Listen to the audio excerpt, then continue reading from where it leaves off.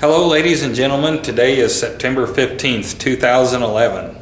I am Greg Herring, host of the continuing series 10 Questions with an Anthony Wayne Toastmaster. Anthony Wayne Toastmasters meets Thursdays at 6:30 p.m. at the Ivy Tech Anthony Boulevard campus in room 1550. I am pleased to introduce Fred Horn, club president, to give his answers to the 10 questions. Good evening, Fred. Why did you join Toastmasters? Good evening. I joined Toastmasters because I had this terrible fear of public speaking. I mean, shaking, voice shaking, sweating, everything. I couldn't function when it came to public speaking. I couldn't even think. I had this problem all my life, from grade school all the way up through my work career, and it was debilitating. And I avoided public speaking. Finally, I couldn't avoid it anymore when I got a job promotion, and I couldn't avoid it, and I had to do something. So I joined Toastmasters. How long have you been a member of Toastmasters? I've been a member of Toastmasters for just short of 3 years. It's been almost 3 years.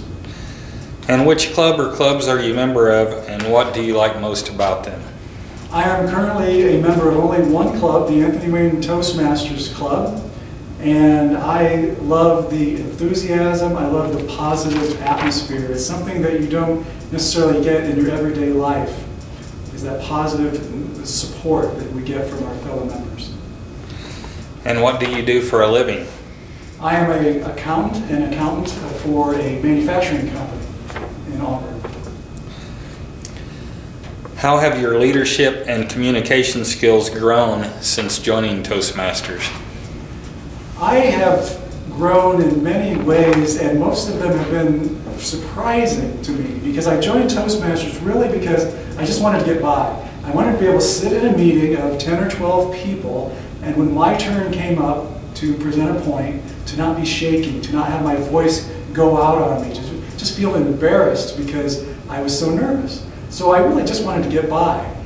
And what I found out when I joined Toastmasters was after the first few meetings that were scary, after that, I started to enjoy it.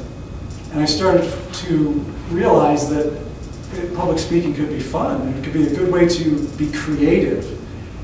And I've really enjoyed it ever since. How have these skills benefited your personal and professional life? My personal life, public speaking is really not something that happens often, but something that I did that I was really happy with. I took my Toastmasters skills and I applied those to having the 50th anniversary party for my mom and dad. And instead of just having the average party, we had a beautiful night where people got up and gave speeches about our parents and reflected on old times. I never would have done that without Toastmasters. I wouldn't have had the courage to do that. And at work, I feel like I'm someone now who, during a meeting, I can speak up and say what needs to be said. And what are your goals in Toastmasters? My goals in Toastmasters are to become a distinguished Toastmaster. That is the highest rank among Toastmasters and the several awards that you can get. When I first joined Toastmasters, I had no idea that I would be trying for any kind of achievements, awards, and distinguished accomplishments. I had no idea. I just wanted to get up and practice public speaking. What I found out is there's a set program for leadership and for public speaking where you work towards certain goals. I like to say it's sort of like your Boy Scout merit badges. There's a book and you work toward those certain goals. And it's addictive after a while. It's the thrill and the fun of accomplishing something. So while you're learning, you're also accomplishing something, and those accomplishments are recognized. The club recognizes those with a certificate, with a nice round of applause, and you have that designation behind your name. Fred Horn, Advanced Communicator Silver, and also Competent Leader. Those are the designations that I have right now. And it adds a level of excitement when you're working towards these different goals. And you work at your own pace. What is your favorite thing about Toastmasters? My favorite thing about Toastmasters, I think, is, as I mentioned, was the positive environment. I often say where else can you go where you hear applause today? Unless you're a stand-up comedian or a singer or some other kind of profession like that, most of us sit behind our desks all day and no one's giving us a round of applause. We come here at Toastmasters, we give our speeches, and we're applauded, we're supported for what we're doing, for our efforts. I always say there's no failure in Toastmasters, the only failure would be to not try.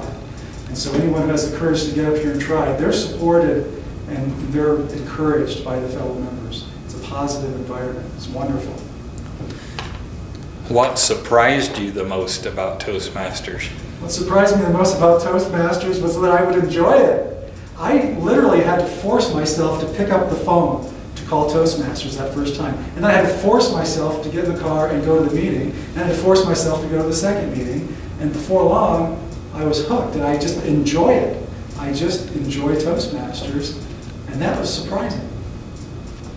The final question, what's next for you in Toastmasters?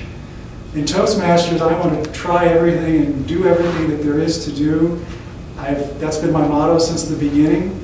And so I've gone from being vice president of membership, vice president of public relations. This year I'm president of the club, and next year I've already committed to being an area governor. So there's all kinds of fun things to do to keep growing and expanding and getting out of that comfort zone and trying new things. So I'm looking forward to that.